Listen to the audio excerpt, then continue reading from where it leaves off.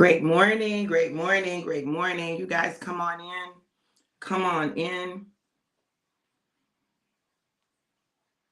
Come on in.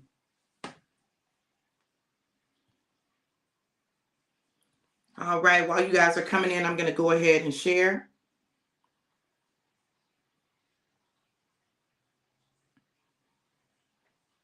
Make sure this is down.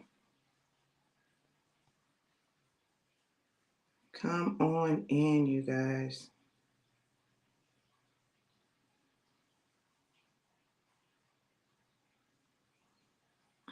Great morning.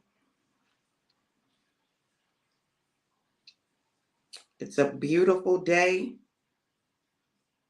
because this is the day that the Lord has made. I will rejoice and be glad in it.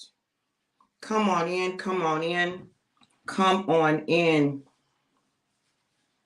You guys, once you come in, go ahead and share, and then share some more. And the other thing I want you to do is let me know who's here and where you're tuning in from. Who's here and where you're tuning in from.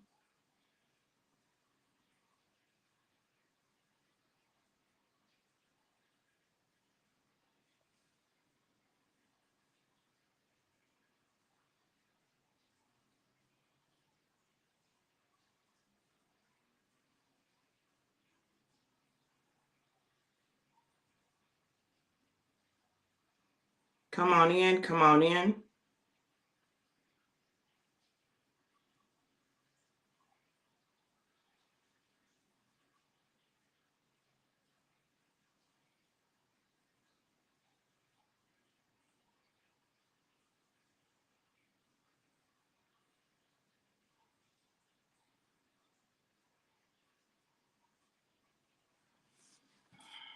And we're going to get started.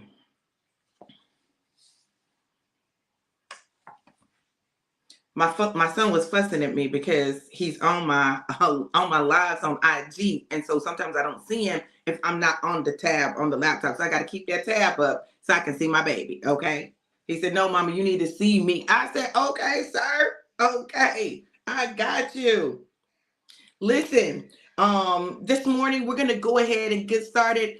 Good morning, my sissy. Good morning, gorgeous. Y'all, my sissy is in Panama City. Y'all, I do not know how to act, honey. I do not know how to act. But y'all, let's go ahead and take our shot. Let's take our shot, and we're going to go ahead and get started. Y'all ready? It's time to get alive. Shot, shot, shot, shot, shot, shot, shot, shot, shot, shot, shot, shot, shot, shot, shot, shot. Everybody shake, shake, shake. Shake the devil off. ABC is easy as 1, 2, 3. I'm telling you, do, re, mi, ABC. 1, 2, 3, alive. It's you and me. Listen, I'm gonna pour up this shot. Y'all know what we do. We pour it up, shake it up, pour it up, and drink it up.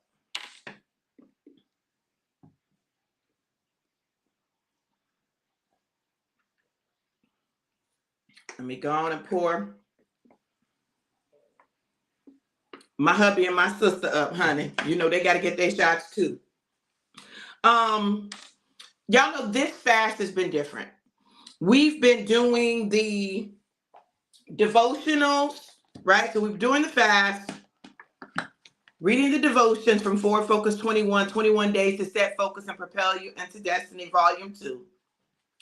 And we have been anointing ourselves with oil. Our cup has been running over. And taking communion.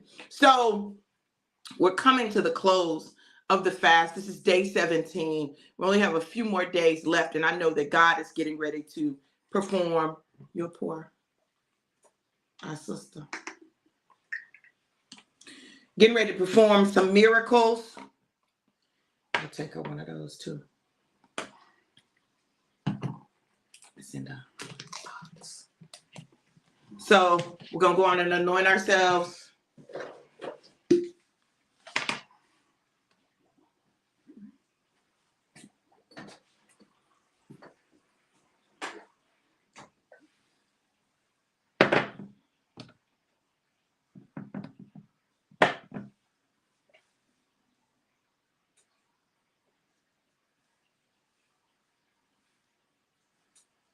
God has been showing out. Do you hear me? God has been showing out during this fast, y'all. I'm telling you, he has been performing miracles. He's been getting our mind right, our hearts right. God has just been doing what God does. It's what? In my pocket. It's in your pocket. You got yours too? I gave her hers. I got mine in my pocket. Oh, okay, babe. So we want to definitely honor the sacrifice of Jesus, and do it in remembrance of him. Great morning, Summerlin. Hey, Phoenicia, how you doing?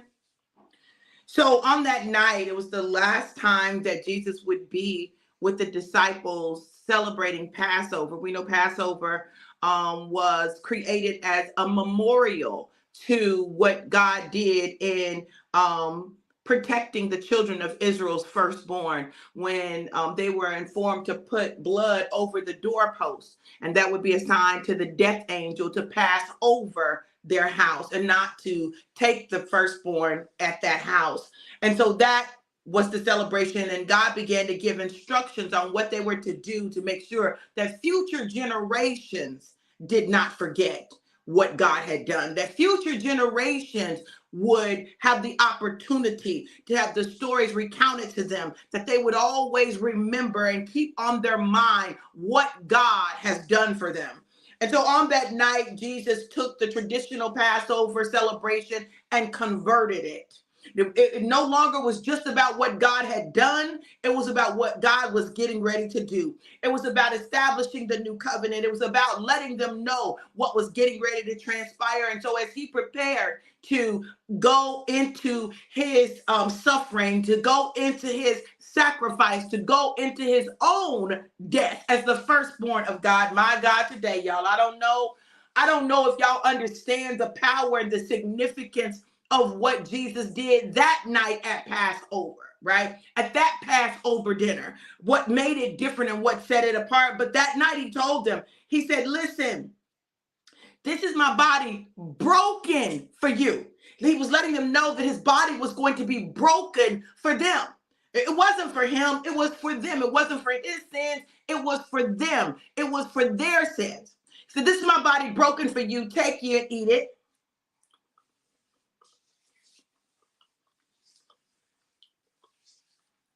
Likewise, he blessed the wine. And it was wine. It was not grape juice, so that there's no confusion. He blessed the wine. And he said, this is the blood of the new covenant. My God.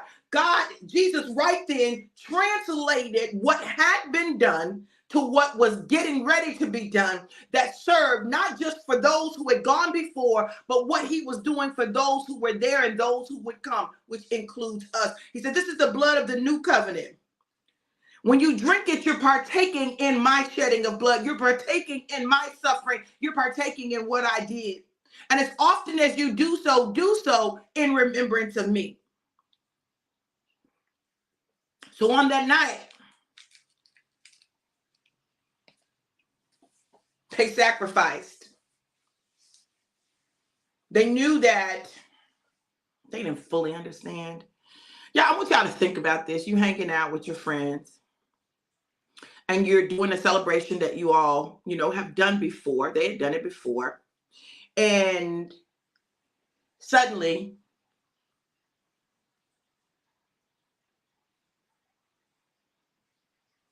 the master teacher says, I'm going to wash your feet.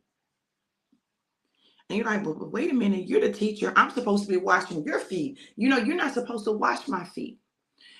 The amazing lesson in servant leadership, the amazing message in preparing those who walk with you for what's coming. He washed their feet. He humbled himself as a sign to show them what's expected. So often leaders get so caught up in being served that they forget how to serve. But Jesus was a servant leader. He was the leader, absolutely. He was a leader. He was a teacher. He was all of that. A miracle worker. But he also was a servant. And on that night, he provided an example that they were to follow. Now, whether people follow the example or not, that's not up to you. But what you can do is you can follow the example. So that night, after he washed their feet and then they took the Passover, and he began to tell them, listen, my time is drawing nigh. I'm not going to be with you, and, we dismiss stuff like that. Oh, he's just talking. But listen, I'm telling you, I believe firmly that God will give people some indications, right, that begin to cause them to have conversations that just are strange conversations for those who are going to live, right? But he'll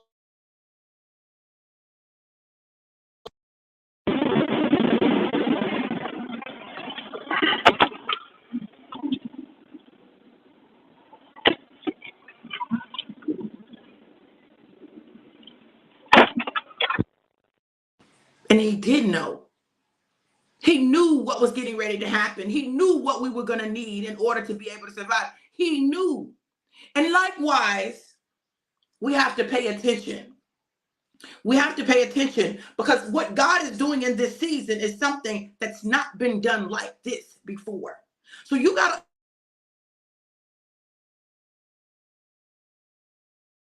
to, in the tradition, and miss the move because God is moving. He's moving. Let's talk about how he's moving. Today is day 17 and we're talking about place. We're talking about place. My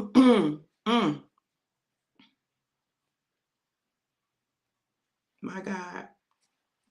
We're coming from Genesis 22. I want y'all to pay attention. There's been a theme that God has been weaving in the messages, not just the devotions, but the messages that have been coming forth. And I want you to catch the theme because catching the theme is going to be crucial to your translation or your transition, okay?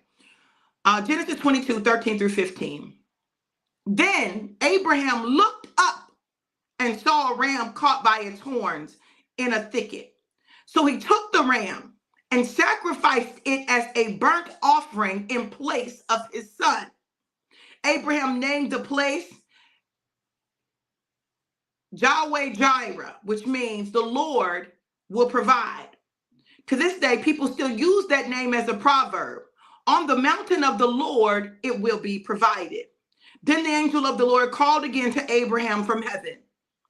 Genesis 22, 13 through 15. That's the New Living Translation. Many times in life, we find ourselves in a place that has such a profound effect on us that we literally give that place a name. The name is always connected to what happened for us there.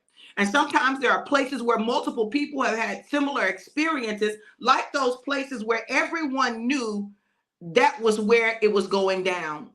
Well, Abraham was on a journey going to a place that God would show him.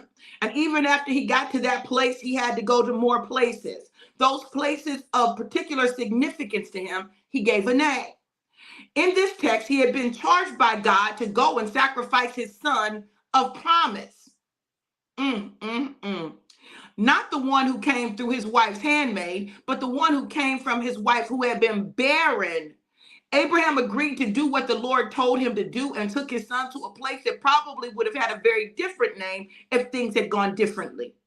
It easily could have been named the Lord took it or the Lord required a sacrifice, but God provided a ram in the bush so that Abraham's willingness to sacrifice the son of promise was enough for God to be sure of his heart and his faithfulness to the Lord. So instead of the place being named the Lord take it, it became Yahweh Jireh, the Lord provides. I want y'all to hear me today. Like Abraham, God calls on us to go to places that we may not know and do things that may require great sacrifice to make sure that our hearts are towards him. He wants to know that all that he blesses us with is not more important than the one providing the blessing. He challenges us to listen, trust, and obey. When we go where God tells us to go and do what God tells us to do, then we can name that place. I remember when I went to Lincoln, Nebraska to teach as the first African-American faculty member in the department. When I went ahead and opened the door and prepared the way for another African-American female faculty member to come in the fall. I made sure that I was able to recruit African-American graduate students and get them good scholarships and teaching packages. I went with the plan to make that my place of promise. I just talked about this yesterday, y'all. I wanted to get tenured and become a full professor there. Instead, I went through sheer hell there, angel number 111. In fact, when I talk about it, I talk about being in hell even though it was freezing instead of burning. My point is that place got a name that went along with my experiences there. Many of you may be able to relate to being in places and situations that felt like and looked like hell to you. You lost a lot in those places, including your sense of who you were and are.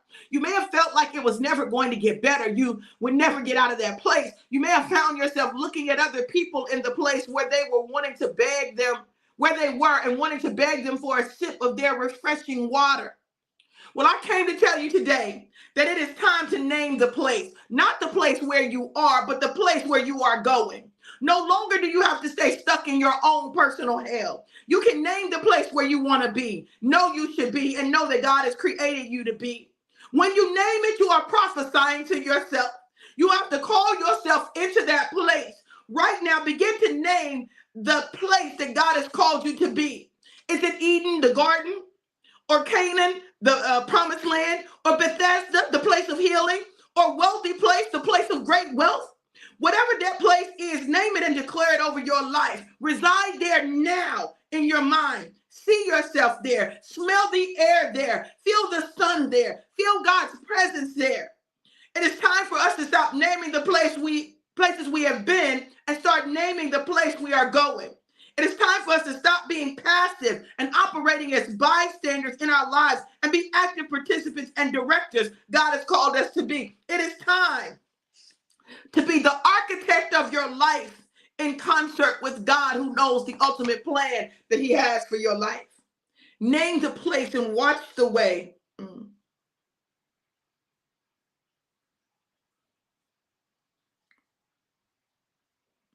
Name the place and watch the way be made and the path be clear. You may not know all of the ins and outs. There will be obstacles and challenges along the way. But if you keep calling out the name of the place and you keep pushing towards the place, one day you will get there. Keep pressing towards the place whose name you call and it calls your name. I see myself whole, healthy, wealthy, and serene in every aspect of my being and my relationships. I call that place home. There is a song. Our affirmation for today. God has prepared my place and it is home. Listen, there's a song, and the song says, when I think of home, I think of a place where there's love overflowing. When I think of home, I think of a place. Listen, I need you to understand that we're in a season where God has given us the authority to speak things and them manifest. But there are often challenges and obstacles. Listen, look, I talked about this yesterday, and I don't know if people get it or not, but God is trying to take us into a place of abundance and prosperity in our lives. Period. In every area of our life. Like no area lacking, nothing missing, everything that we need, everything that we desire, that place right there. But you cannot get there without sacrifice. There must be sacrifice. Abraham had to take the son of promise to the mountaintop to offer him as a sacrifice because God instructed it. I need you to make a sacrifice. Take your son and sacrifice him. Excuse me? Take your son and sacrifice him. Take your son and sacrifice him. The son that I promised you, angel number 122. The son that I promised you, the son that I said through him, you will be a father of many nations, but he was a boy when he told him to go sacrifice him. He had not produced children when he told him to go sacrifice him. So how was Abraham going to be the father of many nations through the son that had not born children, but God was telling him to sacrifice? See, Abraham understood this. He had been walking with God long enough that he knew that if God told him to do something, there was a reason for him telling him to do it. And he trusted God. He trusted God enough to go and sacrifice the son that God had blessed him with. He trusted God enough to go and lay on the altar the very thing that God had promised him. Are you willing to lay on the altar the very thing that God has promised you? Will you lay it on the altar? Will you sacrifice it? Knowing that God is God all by himself. Will you do that? My angels just very active right now. Y'all gotta bear with me. They doing a lot behind me. They are doing a lot behind me. They are doing a lot behind me. And I know that it's because there is during Lent, I need y'all to hear me. During Lent, as we get closer to the time where we celebrate the sacrifice that Christ made and his resurrection, right? Because it's really about his resurrection and the sacrifice. Like the sacrifice wasn't the end. And that's what we got to understand. Your sacrifice isn't the end. Your sacrifice isn't the end. There is a resurrection that is attached to your sacrifice. We want the resurrection with no sacrifice. We want the resurrection. We want the change. We want the harvest. We want the breakthrough, but we don't want to lay nothing on the altar and sacrifice it. We don't want to kill nothing. We don't want to put nothing in the ground. We don't understand that what God is doing requires a sacrifice. Yesterday, Mike Massey sent me a message because he had seen something. We were talking about seed time and harvest. God has had this in my spirit real heavy for the past few days. We were talking about seed time and harvest. And he said, Dr. V, I saw a field and it was full of harvest. And he began to talk about the harvest that was coming and the seeds that were going to need to be sown in order for people to tap into the harvest and tap into the breakthrough. I said, okay, God, I'm not crazy. Because sometimes I wonder, is this me and my flesh saying this? Is this my flesh saying this? No. God has been dealing with me on this because I'm going to tell y'all something, and whether you believe it or not is totally up to you. But God wants to take you into your place of abundance, overflow. He wants to take you there. And some of you, your holdup has been your failure to sacrifice, your failure to sow seed when God told you, to do things for people that he told you to do for them. That's your disconnect. So you are blocking your ability to receive what God has for you because you won't sacrifice. I'm not talking about something that doesn't cost you anything. I'm talking about sacrifice. You see, when you make a sacrifice, God will always bless you. When you make a sacrifice and you make it from the right place and you're hearing, listen, God told me this. This is what God told me. God said, there are people who were supposed to have done some things for you, who are told to sow some seeds into you, and they have not done it. And it is holding up their blessings. I said, well, God, about me? He said, yes.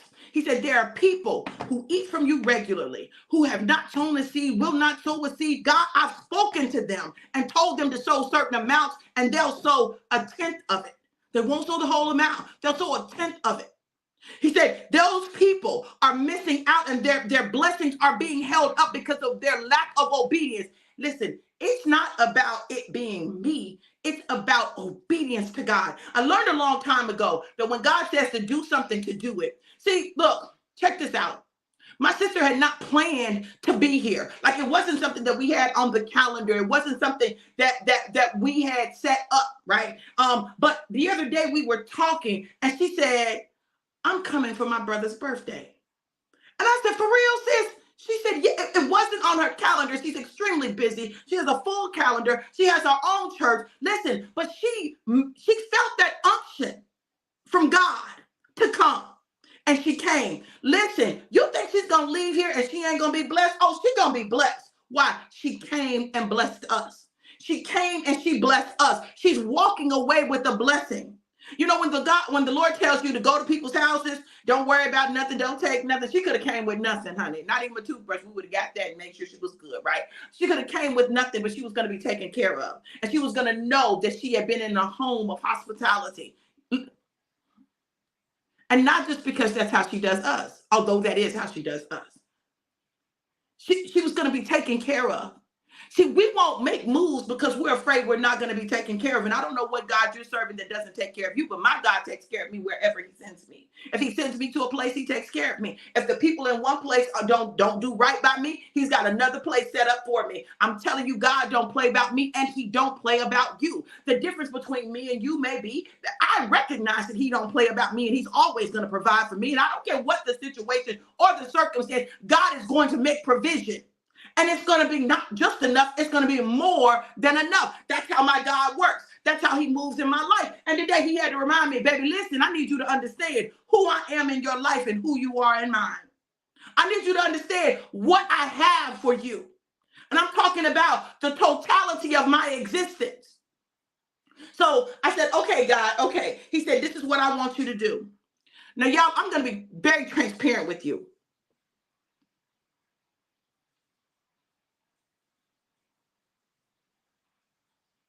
It took a long time for me to really open up space for people to sow. It took a long time because I saw so many people and all they ever talked about was sowing. All they ever talked about was sowing. Like it was always so. So I was like, God, I don't want to be like that. He said, listen, if you don't open up space for the people to sow, then you will block their blessings because there's some things I'm trying to get to them that they can only get through sowing. And you block them when you fail to provide them a way to put seed in the ground because you're good ground. Y'all, listen. This morning, I heard 55. He said, look up angel number 55, because I want you to know that I really am changing my people, that there is a transformation that I'm doing. I said, okay, God. So I looked up angel number 55. And it says angel number 55 is often associated with change, transformation, and personal growth. It signifies that major shifts are taking place or happening. Listen. Angel number 55. Positive changes are coming soon. Buckle up because change is in the air. It represents an exciting shift on the horizon. Something's about to break loose. Angel number 55 is a sign of financial abundance. It symbolizes wealth, prosperity, and the ability to manifest one's fortunes. Angel number 55, listen to me, because I need y'all to understand that prosperity doesn't come without change in you. It's a sign of impending personal development, new beginnings, and an invitation to embrace a new phase of life with enthusiasm and an open heart and an open mind. We have to understand that what God is doing is huge. God is getting ready to do something huge in your life. And what you don't want to do is miss that move because you failed to be obedient. Be obedient. You ain't got to sow here, but I'm going to tell y'all something. There's something about this $55 seed that's going to produce a breakthrough. You ain't got to sow it here, but I encourage you to sow it and make sure you're sowing it in good ground. Okay? Sow it in good ground. But God said, listen, this seed is symbolic of the sacrifice. Now, it can be 55. If 55 ain't a sacrifice for you, do 555. If 555 ain't a sacrifice for you, do 5,555. And if that's not a sacrifice for you, do 55,555. Whatever it is, it must be sacrificed. If it is not sacrificed, if it does not cost you anything, if it's like it don't stress you, that ain't the seed. That's not the seed. So what is going to be sacrificed? Because I'm telling you, what God is going to do with your sacrifice is going to be much like what he did for Abraham when he had Isaac on the mountaintop getting ready to sacrifice him. Listen, it's that ram in the bush. God is getting ready to do some things that's going to break open some stuff for you. There's some things that God has been desiring to change in your life. There's some things that God has been trying to change in your life, and you have not gotten it yet. You've not gotten there yet. Like you on the verge, you on the cusp, you almost there, and you keep trying to figure out, God, what is holding me up? What is the blockage? For some of you, the blockage is you sowing, and for others of you, the blockage is people have supposed to have been sowing into you. And when you understand the power of seed time and harvest, then you understand that when God starts talking about seed and it's heavy, especially for me, when God starts talking about seed and it's heavy, like, oh, there's some major stuff getting ready to happen. There's some major things, some major breakthroughs getting ready. Y'all, when I tell y'all I am not hot natured, but right now my whole body is on fire. I'm telling you, the presence of God is in this room, and there is something that God is getting ready to do.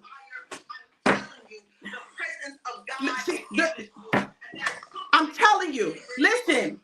God is doing something. There is a breakthrough that's happening. See, y'all be thinking stuff ain't real. Y'all be thinking, oh, people just doing stuff. But listen, when God required the apostle to come from the back and lay the seed at the feet of the prophet, you know that God is speaking and God is doing something. See, I'm telling y'all, y'all think that y'all missing it.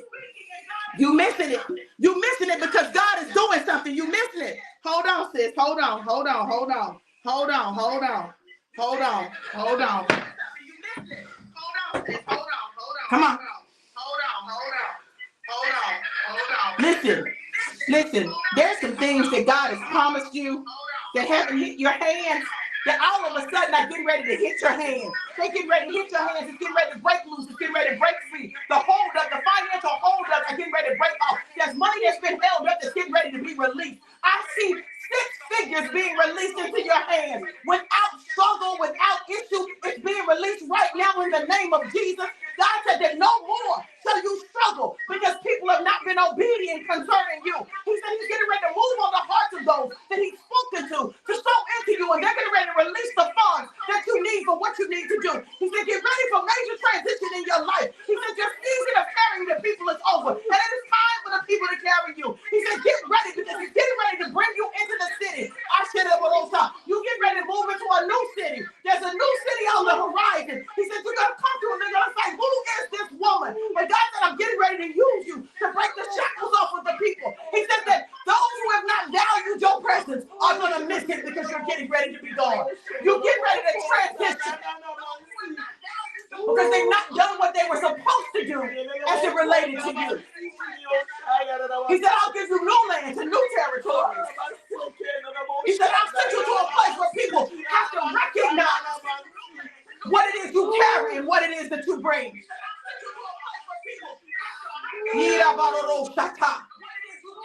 He said, listen, he said, those who did not see your heart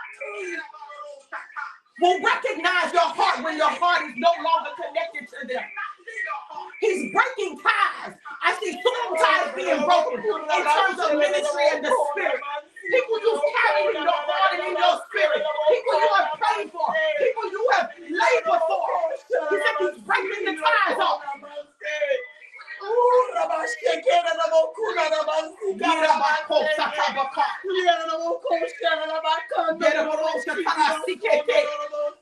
said you thought you were coming to celebrate your brother's birthday, but I sent you because you needed a reprieve. There was something that I needed to get into your head.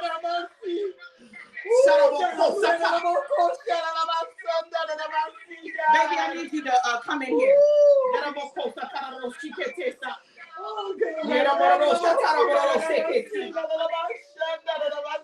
Nina Mondo Cosa, Isara Bororo Shatara de Seke Toba, Isoro Bororo Shatara Correbe, Navarro Satereno Satara Seke Bero Sata, Senaboro Shatara de Siketo, Irabaya Satebe, Neboro Shatara Seketo. He said, no more. He said, no more. No more. Yaraborosa. There's been a seasonal shift. There's been a seasonal shift. The shift is taking place. There's been a seasonal shift. The shift is taking place. You'll turn that down for me. I have phone.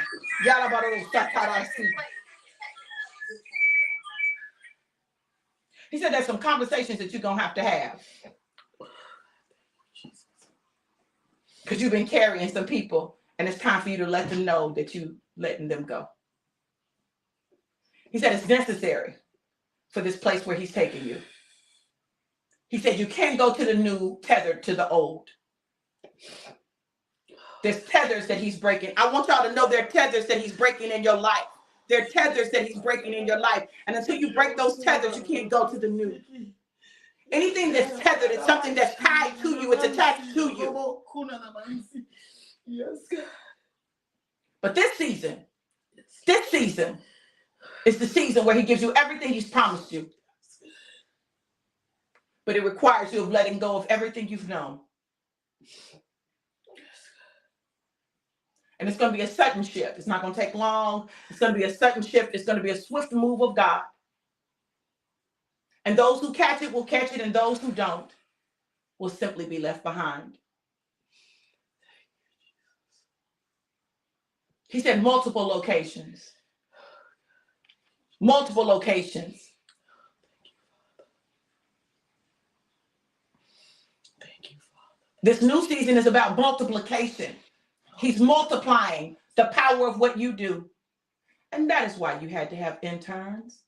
Because you're going to have somebody in that office, and you're going to be running another office, and you're going to be establishing offices, and you're going to prepare people to go out and build their offices. That was an expansion seed. God is expanding you. And no demon in hell can stop what he's doing.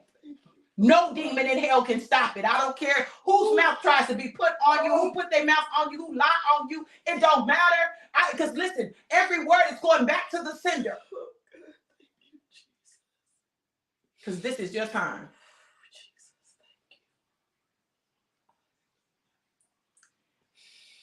And when God gets through, the story you will tell will override every one of the stories that have been told. And it's going to make it all worth it. Woo, God. Thank you. I love you, sissy. Thank you.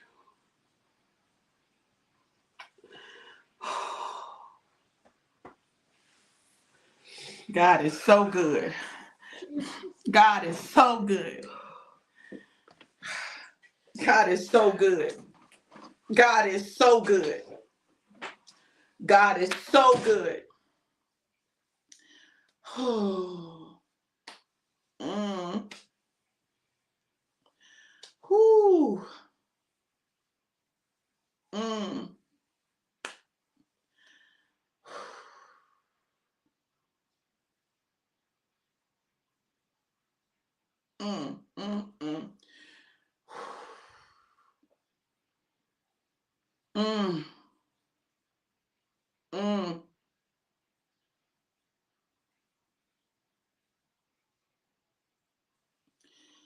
Whew, God.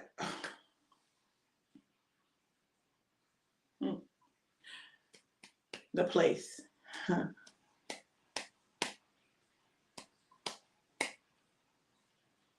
The place.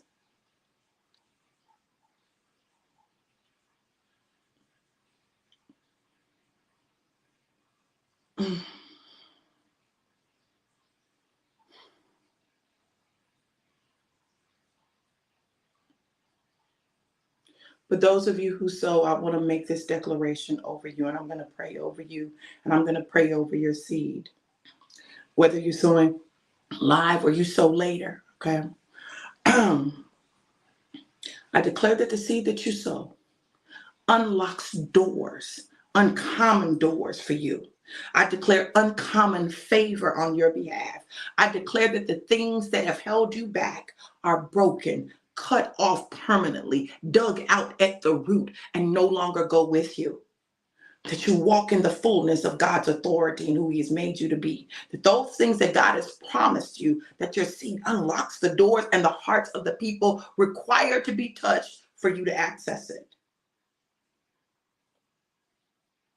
Father God, right now, I pray for those who have sown, will sow, and those who desire to sow, but don't have it. I pray, God, that you would move mightily in their lives, God, that they would know that you spoke to them and that you spoke through your prophet, through your vessel, for them in particular, because there was something you were trying to get to them. I pray, God, that they know that they know that they know that you are not a man that you should lie, and everything that you promise you shall deliver. I pray for accelerated timeframes that would have taken months and years, that would happen in short time, days and weeks. And that you will clearly let them know this is because of your obedience. Listen, I'm going to get off here, but I pray that you got what you needed. If you desire to sow, you can sow at Cash App, $DRV Johnson 777, Cash App, $DRV Johnson 77, DRV Johnson 777, 3 sevens.